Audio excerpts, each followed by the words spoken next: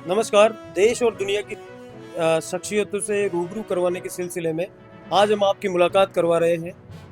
अयोध्या धाम श्री रामलला सेवा समिति अयोध्या धाम से के अध्यक्ष डॉक्टर आचार्य राजानंद शास्त्री जी हमारे साथ मौजूद हैं। शास्त्री जी, सबसे पहले मीडिया ने इसके साथ आपका स्वागत है। धन्यवाद। बहुत बहुत साधुवाद। जय श्री राम, जय श्री बालाजी। सबसे पहले तो आप ये बताइए कि जो जयपुर प्रवास है आपका, उसका मुख्य उद्देश्य क्या है? देखिए, आप सबको पहले बहुत बहुत शुभकामनाएं देना चाहता हूं, क्योंकि कल अनेकों सनातन धर्म प्रेमी संस्थाओं ने मिलकर जी। हमारी मंगल जन्मोत्सव के उपलक्ष्य में एक बहुत ही सुंदर सराहनीय कार्य का आयोजन टोंक रोड पर किया। इसी दौरान हमारा यहाँ आगमन हुआ जी। और इस जयपुर प्रवास के दौरान मुख्य कार्यक्रम रहा हमारे द्वारा आयोजित गौ सेवा। पिंजरापोल गौशाला में 2800 गौवंशों को जन्मोत्सव के मंगल उत्सव पर उन्हें अपने हाथ से भोजन कराने का जी।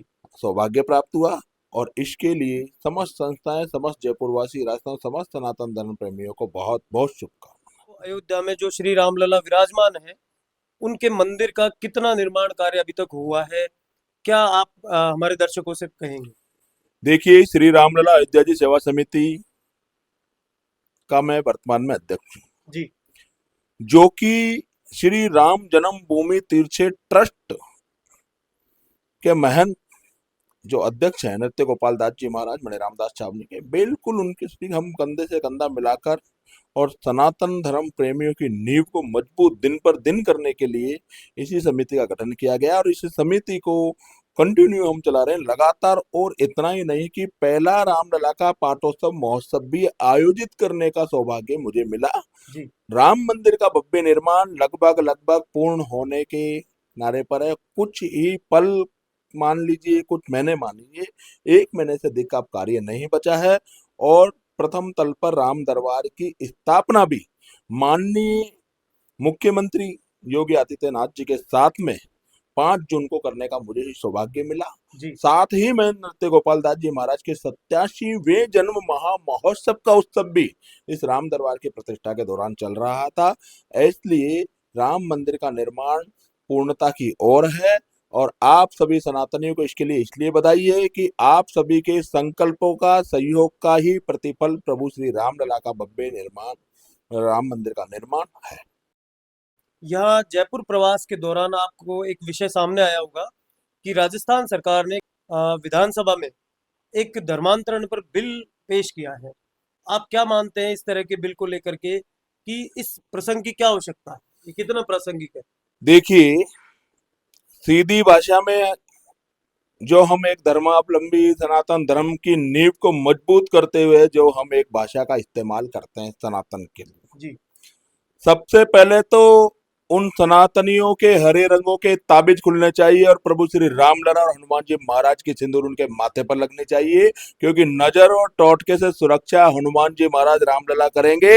ये कब्र में सोए हुए हरे रंग के ताबिज बांधने से आपको कुछ भी लाभ नहीं होगा और इसी के परिणाम स्वरूप ये धर्मांतरण बिल पास होना बहुत अत्यंत जरूरी है। संपूर्ण विश्व में ऐसा होना चाहिए कि कोई भी धर्म किसी अन्य धर्म के व्यक्ति को किसी भी प्रकार की लोभ, लालच, लैंड लब जियाद आदि करके धर्मांतरण के लिए प्रेरित नहीं करे, जिससे कि हम हमारे धर्म को बचाए रखें। ये बात हम पर भी लागू होती है और अन्य धर्म पर भी होती है। हम अगर हिंदू धर्म में भी किसी दूसरे धर्म को परिवर्तित करें तो उसके हमारे लिए भी तो है, ये ओनली उन धर्म विरोधियों के लिए नहीं है। जी। लेकिन तिलमिलाहट सबसे ज्यादा इस बिल से उन लोगों को है कि जो अधिकतर हमारे धर्म के, सनातन धर्म के, हिंदू धर्म के लोगों को, हमारी भोली भाली लड़कियों को बेलाकर पुसलाकर उनका धर्मांतरण करके उनके 36 टुकड़े करके सूटकेस में पैक कर देते हैं। तिलमिलाहट उनको है, हमें कोई तिलमिलाहट नहीं है।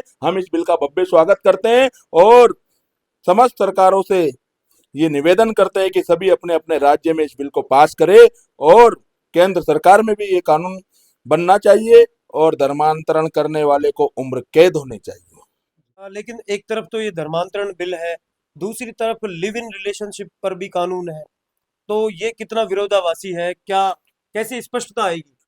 देखिए, लिव इन रिलेशनशिप ये एक हमारे यहाँ वैवाहिकता परिप्रेक्ष्य को समाप्त करने के लिए इसकी एक छूट दी गई थी। जी लेकिन हमारे हिंदुस्तान में एक बात है कि जो कभी किसी को छूट दे देता है किसी भी चीज के कानून के तहत, तो हम हिंदुस्तानी उसका दुरुपयोग करते हैं। तो इस लिव इन रिलेशनशिप का जो दुरुपयोग हो रहा है, उसका कारण भी तो ये देखिए कि जो शादीशुदा व्यक्ति है वह भी अन्य जगह लिव इन रिलेशनशिप में हो रहा है। तो ये देखिए कि हमारी मर्यादाएं, हमारे हिंदू धर्म की मर्यादाएं, हमारे परिवारों का विघटन भी इस कारण से हो रहा है। बात धर्मांतरण के बिल की, कि कम से कम यहाँ हम अन्य धर्म को, किसी भी व्यक्ति को किसी भी प्रकार से हमारे धर्म में परिवर्तित नहीं कर सकते। इसलिए लिव इन रिलेशनशिप मैटर अलग है और धर्मांतरण मैटर अलग है। तो आप क्या मानते हैं इससे कितना बदलाव आ पाएगा? देखिए, सबसे बड़ा बदलाव तो यह आएगा कि किसी भी व्यक्ति को, कोई भी व्यक्ति आर्थिक प्रबलता से, शोषण के आधार पर धर्मांतरण कराने से डरेगा।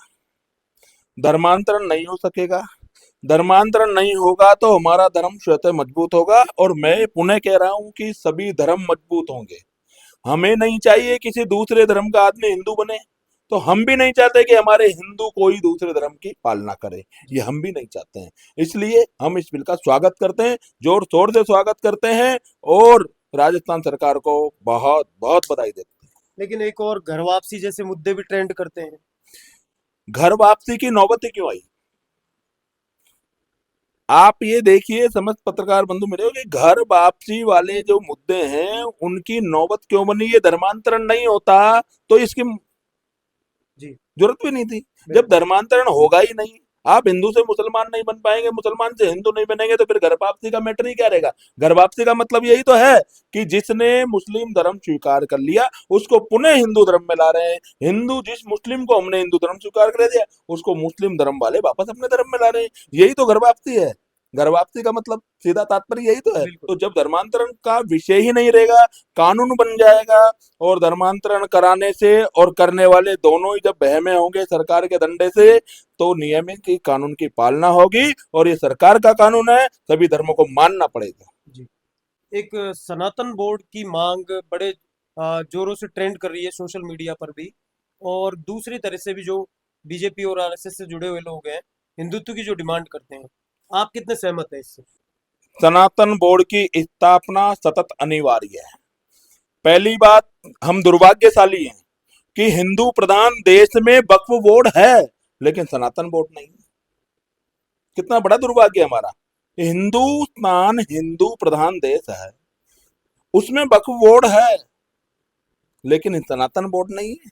इसलिए सनातन बोर्ड की आवश्यकता है कि जब मुगल काल में मंदिर तोड़े गए, 5 लाख मंदिरों को एक्वायर करके रखा हुआ है। उन मंदिरों को सनातन बोर्ड के दम पर हम पुनः लेकर उनकी सेवाएं चालू करेंगे। आप देखिए, अब तक जिस भी जगह खुदाई हो रही है हमारे हिंदू मंदिर निकल रहे हैं। आप ये बताइए, किसी भी हमारे हिंदू मंदिर में कोई भी मुगल काल का या इनका किसी भी प्रकार का अन्य धर्म की कोई प्रतिमा निकली या इनकी कोई कब्र निकली हमारे किसी मंदिर में? ये नहीं निकल पाई है। इसलिए ये सरासर है कि वक्फ बोर्ड की आड़ में ये हम हिंदुओं के मंदिरों को और सरकारी जमीनों को हथिया लेते हैं। आप देखिए, अनेकों जगह आपको ये संपत्ति वक्फ बोर्ड की है लिखा हुआ मिलेगा, जी लेकिन आज तक हमने कहीं ये नहीं लिखा कि ये हिंदू बोर्ड की है। क्यों? ये कभी अंबानी के घर को अपनी जमीन पर बना हुआ बता देते हैं, कभी हमारी विधानसभा को अपनी जमीन पर बना हुआ बता देते हैं, कभी हमारी संसद को अपनी जमीन पर बना हुआ बता देते हैं। तो इनसे ये पूछा जाए कि आपका ये जमीन कहाँ से आई, आपका वक्फ बोर्ड कहाँ से आया, तो मानिए ये तो सब कुछ है ही हमारा। ये जो 5 लाख मंदिर इन्होंने एक्वायर करके रखे हैं, ये सब मंदिर मुक्त होंगे। सभी प्रकार से हमारी सेवाएं, हमारे धर्म की सुरक्षा होगी। इसलिए सनातन बोर्ड की आवश्यकता है। और एक विशेष बात, सनातन बोर्ड की आवश्यकता समस्त धर्मों की बेटियों की रक्षा के लिए है, क्योंकि सनातन बोर्ड किसी की भी बहन बेटी को टुकड़े करके सूटकेस या फ्रिज में पैक करने की अनुमति नहीं देता है माननीय। इसलिए सनातन बोर्ड की आवश्यकता है। जी मंदिरों की बात आपने की है। राजस्थान में जब ये सरकार चुनी गई थी उस समय जयपुर के एक विधायक बाबा बाल मुकुंदाचार्य, उन्होंने मंदिरों जो बंद मंदिर पड़े हैं उनकी पूजा के मुद्दे उठाए थे, उनके में साफ सफाई के। आप क्या मानते हैं ये कितना संभव हो पाएगा? बाल मुकुंदाचार्य जी सनातन धर्मी है, सनातन धर्म प्रेमी है और उच्च कुल के जन्म लिए हुए हैं, जी। ब्राह्मण कुल से हैं। और इतना ही नहीं है, वह जयपुर की एक परंपरागत मंदिर विरासत से भी जुड़े हुए हैं, जिसके काले हनुमान जी। जी। तो जब उन्होंने ये मुद्दा यहाँ चलाया, मैं उनका पूर्ण समर्थन करता हूँ। कोई भी आदमी किसी न किसी मिशन को रखता है, उनका ये मिशन स्वागत करने योग्य है और प्रत्येक हिंदू को, सनातन धर्म प्रेमी को उनके इस निर्णय का स्वागत करना चाहिए। लेकिन कहीं ना कहीं कुछ ऐसे कारण हो जाते हैं जो हमारे संकल्प पूर्ण नहीं हो पाते। तो संकल्प लेना किसी एक व्यक्ति का पर्सनल विषय है कि आज मैं भी आपके सामने एक संकल्प ले सकता हूं, लेकिन उसको पूर्ण करने के लिए मुझे सनातन धर्मियों की सबकी आवश्यकता पड़ेगी, एकजुटता की आवश्यकता पड़ेगी। तो यहाँ कुछ ऐसे हमारे सनातन धर्म प्रेमी भी हैं, सभी बाल मुकुंदाचार्य नहीं है, सभी राजानंदाचार्य नहीं है। हम में से ही कुछ ऐसे लोग हैं जो धर्म विरोधियों के साथ मिलकर हमारे संकल्पों को पूर्ण नहीं होने देना चाहते हैं। और आए दिन आप देखते हैं जो विवादास्पद मामले बनते हैं, ये भी कहीं ना कहीं असली बात यह है कि हमें मुसलमानों से जितना खतरा नहीं है, उतना हिंदू में छुपे मुसलमानों से खतरा है। मैं सीधा इस बात को ये कहूंगा, जो हिंदुओं में छुपे मुस्लिम है उन्हें पहचानना ज्यादा जरूरी है, क्योंकि उनसे तो लिए हम कानून से सब तरीके से निपट रहे हैं। लेकिन हमारे लोग, आज बाल मुकुंदाचार्य जी ने कहा मैं मंदिरों की स्थापना करूंगा, उनकी सेवा पूजा करवाऊंगा, तो क्या अकेला विधायक सभी मंदिरों की पूजा कर पाएगा? नहीं कर पाएगा। उसके लिए जरूरत किसकी है? हम सनातनियों की, हम समस्त सनातन धर्म प्रेमियों की है। हमें उनका इस जगह सपोर्ट करना चाहिए और उन्होंने जिस संकल्पों को लेकर, जिन मुद्दों को लेकर वो राजनीति में उतरे हैं, उनका हमें बल मजबूत करना चाहिए, क्योंकि वो हमारा सनातनी भाई है, उसकी रक्षा हमारे परम कर्तव्य है। जी। और जबकि ऐसा नहीं होना चाहिए कि हम उसको, कोई भी कार्य करता है उसको हम नेगेटिव की और नकारात्मकता की ओर धकेल लेते हैं। इस बात से हमारा मन भी खिन्न है, क्योंकि वो हमारा सनातन भाई है। इसलिए ऐसे मुद्दे, ऐसे संकल्प अवश्य पूर्ण होने चाहिए और करने भी चाहिए। हिंदुओं में छुपे मुस्लिम, इसको आप किस तरह रेखांकित करते हैं? कौन है वो देखिए, लोग? वो लोग, किसी के भी ललाट पर ये लिखा हुआ नहीं है कि मैं हिंदू हूं, मैं मुस्लिम हूं। हम उस प्रत्येक व्यक्ति को धर्म विरोधी मानते हैं, चाहे वे हमारा सनातन ही है, चाहे मुसलमान या अन्य ईसाई है या सिख है। धर्म विरोधी की परिभाषा यह है जो स्वयं अपने धर्म में रहकर उस धर्म के नियमों के विरुद्ध चलता है और अन्य धर्मियों का सपोर्ट करके स्वयं के धर्म को नुकसान पहुंचाता है, उसको धर्म विरोधी कहते हैं। उसको आप क्लियर शब्दों में हिंदुओं में छुपा मुसलमान कह सकते हैं। आज ये जो धर्म विरोधी पार्टी है, ये क्या है?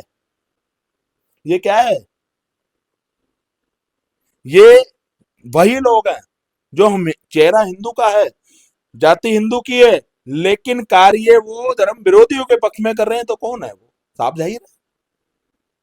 आपने कहा कि हिंदुओं में छुपे मुसलमान, तो मुसलमान होना गुनाह है या विधर्मी होना? देखिए, किसी भी धर्म का कोई भी व्यक्ति जन्म से बुरा नहीं है। जी। सारे लोग हमारे सनातन धर्म में होकर के सब अच्छे नहीं है। हमारे लोग भी बलात्कारी भी होते हैं, मर्डर केस में भी फंसते हैं, अपराधी होते हैं। तो अपराध की मेरी नजरों में कोई उसका धर्म नहीं है, कोई उसकी जात नहीं है। जी। आज भी मैं आपको कहता हूं, सीना चौड़ा करके कहता हूं, आप दिवाली पर देखना, आप होली पर देखना, अयोध्या में आइएगा, हमारे साथ ऐसे भी मुसलमान आपको खड़े मिलेंगे जो हमारे साथ होली भी खेलते हैं और दिवाली का दीपोत्सव भी मनाते हैं। तो ऐसा जो है, वो नाम से कोई बदनाम नहीं। इसलिए व्यक्ति को अपने धर्म का जो नियम है, जो उसकी पालना है, उसको विशेष तरीके से करनी चाहिए। हमारा कहने का, आप मुसलमान हैं, कोई दिक्कत नहीं, आप 5 बार नमाज ही पढ़िए, लेकिन किसी हनुमान चालीसा पढ़ने वाले को रोकिए मत। और अगर कोई नमाज पढ़ रहा है तो हम सनातन धर्म प्रेमियों कहते हैं कि वो उसका धर्म का पालन कर रहा है, तो आप भी उसका खंडन मत करिए, उसको रोकिए मत। वह अपने धर्म में चल रहा है, हम हमारे धर्म में चल रहे हैं, हमें हमारा काम करने दीजिए, आप आपका काम करिए। लेकिन जो ये राजनीतिक मुद्दों में इन चीजों को उलझा देते हैं, वो असल में हिंदुओं में छिपे मुसलमान है, और जो मुसलमान में होकर के इन चीजों को राजनीतिक मुद्दा बनाते हैं, वो मुसलमान में छिपे हिंदू भी हो सकते हैं। सर, क्यों नहीं हो सकते? तो क्या कार्य योजना है आपकी कि लोगों को आप जागरूक कर पाएंगे? देखिए, हमारी योजना से पूरा हिंदुस्तान जागृत है, और हिंदुस्तान ही नहीं, हम इतना कह सकते हैं सनातन धर्म में पूरा विश्व जागृत है। अगर हम जागरूकता नहीं आ पाती तो हमारा भव्य राम मंदिर का निर्माण किसी भी कंडीशन में संभव नहीं था, वो एक असंभव विषय था। जी। और उसका निर्णय आने पर, आज एक आपको चमत्कार की बात बताता हूँ, जब उसका निर्णय आया तो सभी लोग वहां के महेंद्र नृत्य गोपाल दास जी पास बैठे, बोले महाराज जी, इसका कोर्ट ने आदेश दे दिया, मंदिर का निर्माण आप कर सकते हैं, अब उस मंदिर के लिए पैसा कहां से आएगा? उस संत का एक सीधा सा सवाल था कि जा पर कृपा जब राम की होती तो सब कुछ होता है, ये आज हम पर राम जी की कृपा हुई है तो हमें जमीन वापस मिली है, तो ये बनने भी आएगा, आप इस तरीके से अपना प्रयास जारी करिए। और परिणाम ये हुआ कि 900 करोड़ की आवश्यकता थी, आज 5200 करोड़ ट्रस्ट के पास हैं। और इतना ही नहीं, उसके ब्याज मात्र से संपूर्ण मंदिर का निर्माण कार्य होने जा रहा है, हो चुका है। और उसके अलावा जो चंदावा आता है वो तो और सरप्लस हो गया। तो जी। ये सब सर जागरूकता का है। और जो लोग, आप देखिए, आज आप कभी हनुमानगढ़ी की पहली सीढ़ी पर खड़े होइए, मैं कहता हूं जब तक मंदिर के पट खुले रहते हैं, जय श्री राम का उद्घोष। और युवा कितना जागृत हुआ है, हर मंदिरों में देखिए आप, भीड़ वयोवृद्ध की नहीं है, अब युवा की है। तो इसको जागृत है, हम जागृत हैं। कोई ये कहता है कि हिंदुओं को जागना होगा, अरे हिंदू जागृत है। हिंदू जागृत नहीं होता तो जय श्री राम का उद्घोष नहीं होता, और भव्य श्री राम मंदिर का निर्माण भी नहीं। जी। निश्चित रूप से जो राम मंदिर है वो एक बड़े ही गर्व का विषय है। लेकिन एक दूसरी बात ये है कि जैसे जो मथुरा का मामला है, उस पर आप क्या कहेंगे कि क्या भविष्य में वहां भी श्री कृष्ण जन्मभूमि का जो मसला है, इस पे क्या ये कहेंगे? आपका बहुत ही सुंदर प्रश्न है, और ये सपना बहुत जल्द साकार होने वाला है। आप सभी मीडिया बंधुओं को पता भी होगा, कुछ दिवस पहले इसकी एक कमेटी बन चुकी है, और इसकी ट्रस्ट का नवीनीकरण भी हो चुका है, जो हाल ही में विगत 45 दिन पहले हुआ है। इसका नवीनीकरण भी कर दिया गया है। और मेरा जो मानना है और मेरा जो विश्वास है, ये मैं पूर्ण विश्वास के साथ कह सकता हूँ, जिस दिन हम रामलला का 5वां पाटोत्सव मनाएंगे, उस दिन हम मथुरा श्री कृष्ण जन्मभूमि का, श्री कृष्ण लला के भव्य मंदिर का भी शिलान्यास कर चुके होंगे। ये हमारा विश्वास है, और हमें हमारे सनातन धर्म पर पूर्ण विश्वास है, ये होगा। कोई डेट बताइए सर इसके लिए। 5वां पाटोत्सव, अभी पहला पाटोत्सव निकला है, दूसरा 22 जनवरी 2026 को आएगा। इस तरीके से आप लगा लीजिए 5वां कब आता है।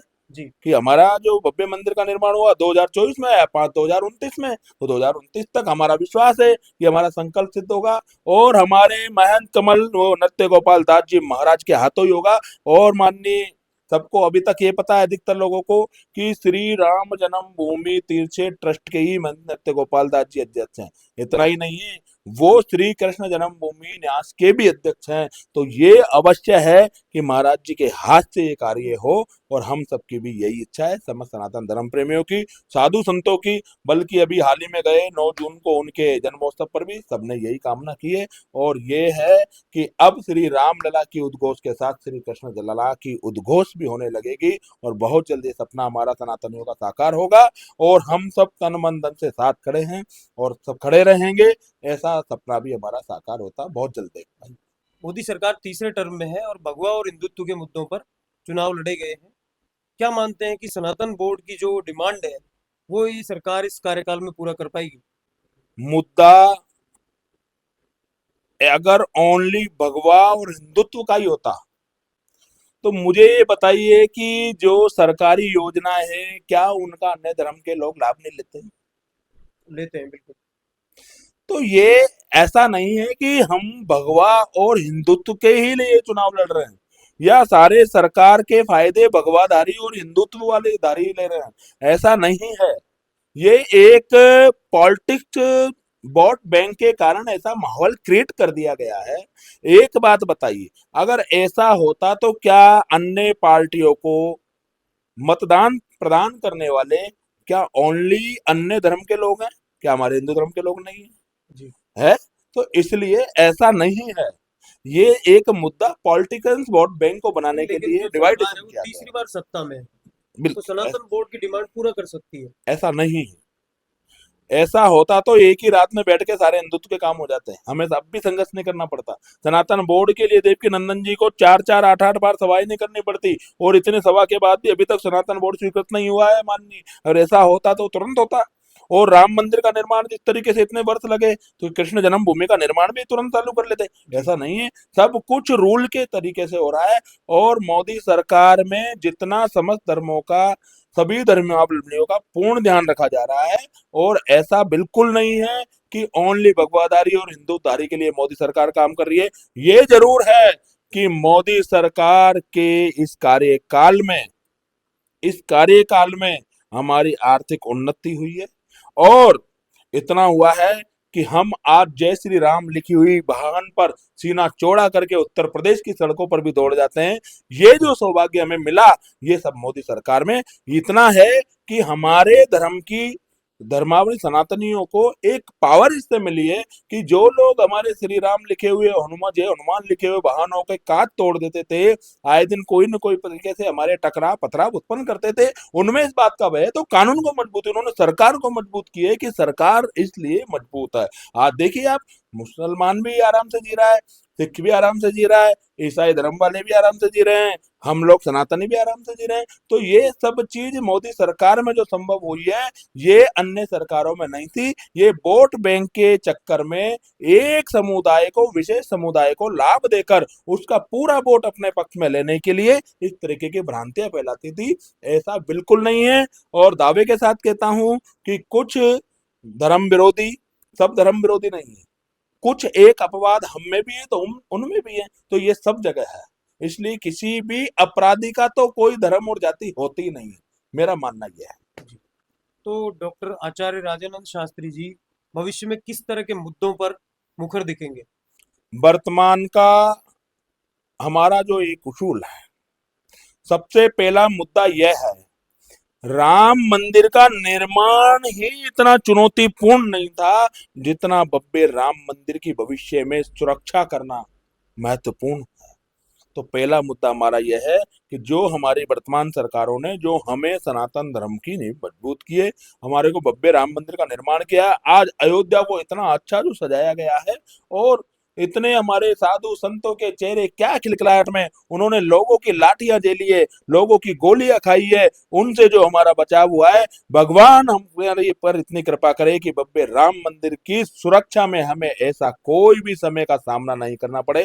पहला विषय हमारा यही है कि सनातन मजबूत रहे, हमारी धरोहरों की रक्षा करे, और सभी जगह हमारे धर्म के जो भी मंदिर हैं, उन सभी में पूजा पाठ होना चाहिए, और सभी पे हमारा डॉक्टर आचार्य राजानंद शास्त्री जी को हम शुभकामनाएं देंगे भविष्य के लिए। और आपने मीडिया ने इसके साथ विभिन्न मुद्दों पर बातचीत की है।